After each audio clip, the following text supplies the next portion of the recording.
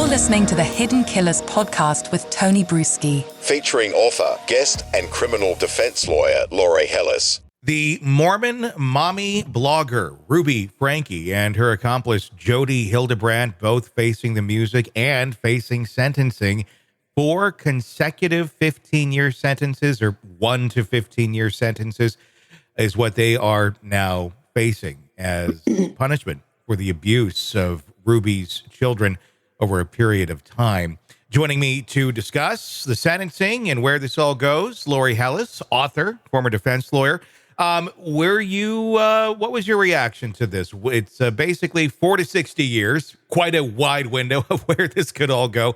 And something that I think a lot of us are having a little bit of a hard time understanding, but I know it's jurisdiction to kind of jurisdiction. Who's making the choice here on 1 to 15 years per count? If the court's not doing it, a jury's not doing it, who is? Well, in Utah, the parole and probation, the parole board makes that decision, which is very strange. It's very unusual for the parole board to be the one who makes that decision. And I don't know of any other jurisdiction that does that. Judges pass sentence, but in this case, the parole board does. Now, my understanding is that it is, although they have agreed to consecutive sentences, and they have, and the span of those sentences could be 1 to 15 years. So if we do the math, it appears that there should be 4 15-year sentences, or a total of 60 years.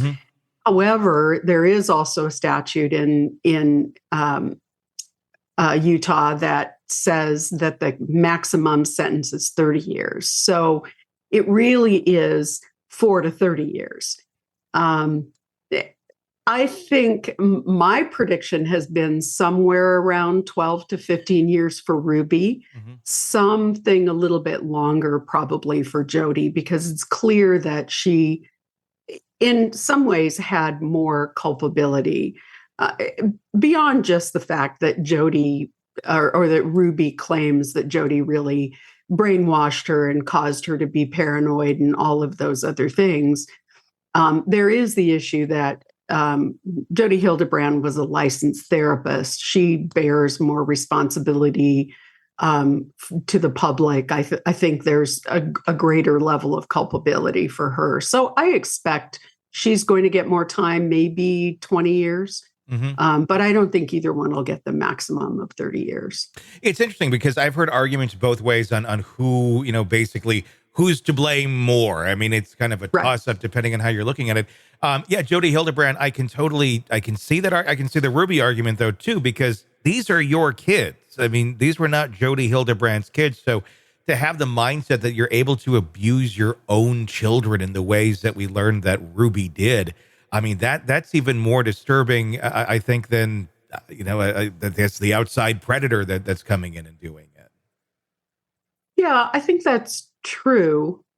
But I do see, it's interesting. I think maybe I approach it a little bit differently because I've just finished writing a book about the Lori Vallow and Chad Daybell case. Yeah. And so I've spent the last couple of years really diving deeply into these fundamentalist LDS groups and the Deseret Doomsdayers, as some people are calling them. And I think that there is a whole sector of LDS faithful who are really sort of buying into that doomsday mentality and those strange beliefs that Jody Hildebrandt was espousing.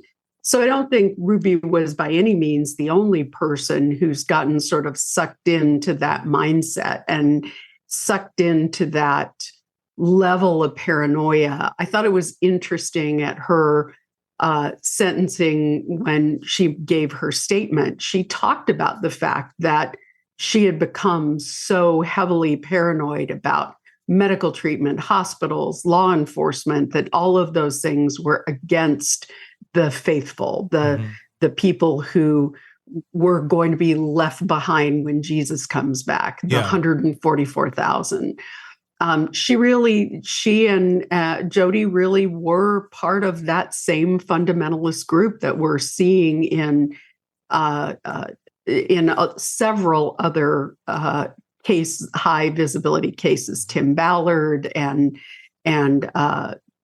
the Thibodeaux, who recently took off with their son and had to be found at the Canadian border. So there's a whole sort of sector, a slice of the mainstream LDS Church that are involved in those doomsday prophecy kinds of groups. And so I didn't find it surprising that Ruby was saying I was sort of misled by Jody. Want to listen ad-free? Want advanced access to all of our interviews before anyone else? Become a True Crime Today Premium Plus subscriber on Apple Podcasts. You get every episode commercial-free. So you can binge on true crime until you can binge no more. Search True Crime Today Premium Plus on Apple Podcasts now, or go to our podcast page and sign up now. More of the Hidden Killers podcast next.